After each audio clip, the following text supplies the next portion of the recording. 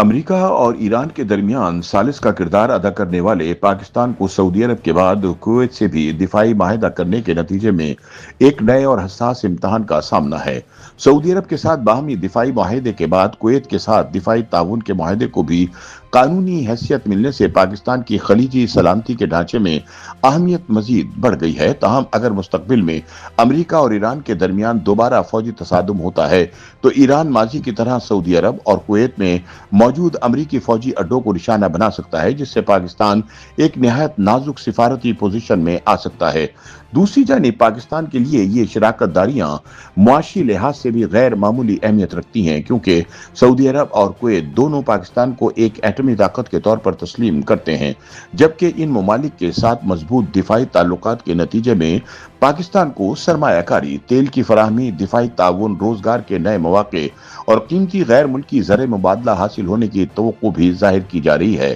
Kuwait نے پاکستان کے ساتھ دفاعی تعاون کے معاہدے کو باضابطہ طور پر اپنے ملکی قانون کا حصہ بنا دیا ہے۔ اس مقصد کے لیے ایک شاہی فرمان جاری کیا گیا ہے، جس کے ذریعے دفاعی معاہدے کی توثیق کر دی گئی ہے۔ کویتی حکام اور پاکستانی سفارت خانے کے مطابق اس معاہدے کے تحت دونوں ممالک کی مسلح افواج کے درمیان ایک جامع ادارہ جاتی فریم ورک قائم کیا جائے گا، جس میں فوجی تربیت، پیشہ ورانہ تعلیم، انٹیلیجنس تعاون، لاجسٹکس، دفاعی ٹیکنالوجی، سائنسی تحقیق، مہارت کے تبادلے اور دفاعی صنعت کے مختلف شعبوں میں اشتراک کو فروغ دیا جائے گا۔ کویت میں پاکستان کے سفیر ظفر اقبال نے کویتی اخبار الجریدہ کو دیے گئے انٹرویو میں بتایا کہ یہ معاہدہ 11 جون 2023 کو طے پایا تھا، تاہم اب شاہی فرمان کے ذریعے اسے مکمل قانونی حیثیت دے دی گئی ہے۔ ان کے مطابق یہ معاہدہ مکمل طور پر دفاعی نوعیت کا ہے اور اس کا مقصد فوجی اداروں کے درمیان پیشہ ورانہ روابط، صلاحیت سازی اور خطے میں امن و استحکام کے فروغ میں تعاون کو وسعت دینا ہے۔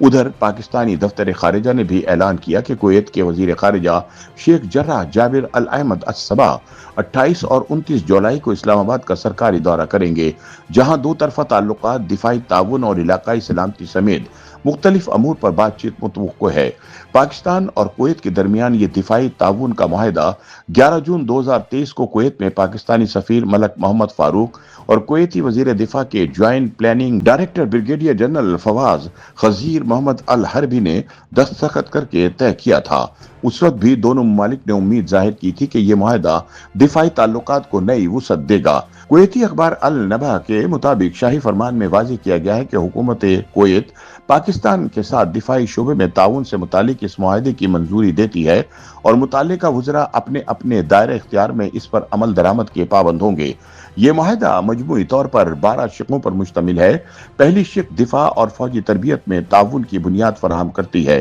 جبکہ دوسری شق فوجی تربیت، لاجسٹکس، دفاعی ٹیکنالوجی، سائنس، انٹیلیجنس، مہارت کے تبادلے اور اہلکاروں کی تربیت جیسے شعبوں میں اشتراک کی راہ ہموار کرتی ہے۔ تیسری سے 8ویں شقوں میں سالانہ منصوبہ بندی، مشترکہ فوجی کمیٹی، وزارت دفاع کی ذمہ داریاں، حساس معلومات کے تحفظ، دانشورانہ املاک کے حقوق اور مالیاتی انتظامات کی وضاحت کی گئی ہے تاکہ تعاون کا طریقہ کار واضح اور منظم رہے۔ لیکن معاہدے کی 9ویں شق کو خاص اہمیت حاصل ہے، کیونکہ اس میں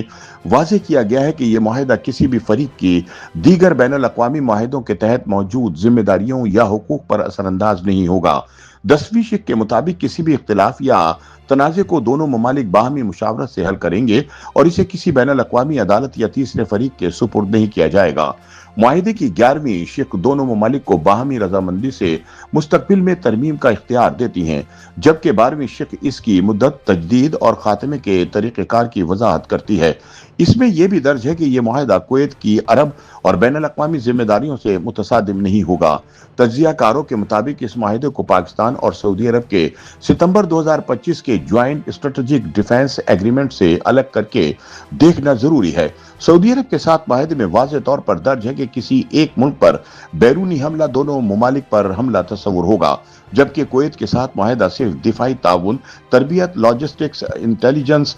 دفاعی صنعت، ٹیکنالوجی اور ادارہ جاتی روابط تک محدود ہے اور اس میں مشترکہ دفاع کی کوئی شق شامل نہیں۔ دفاعی تجزیہ کار بریگیڈیئر ریٹائرڈ محمود شاہ کے مطابق سعودی عرب کے ساتھ دفاعی معاہدہ اجتماعی دفاع کی بنیاد پر قائم ہے، جبکہ کویت کے ساتھ معاہدہ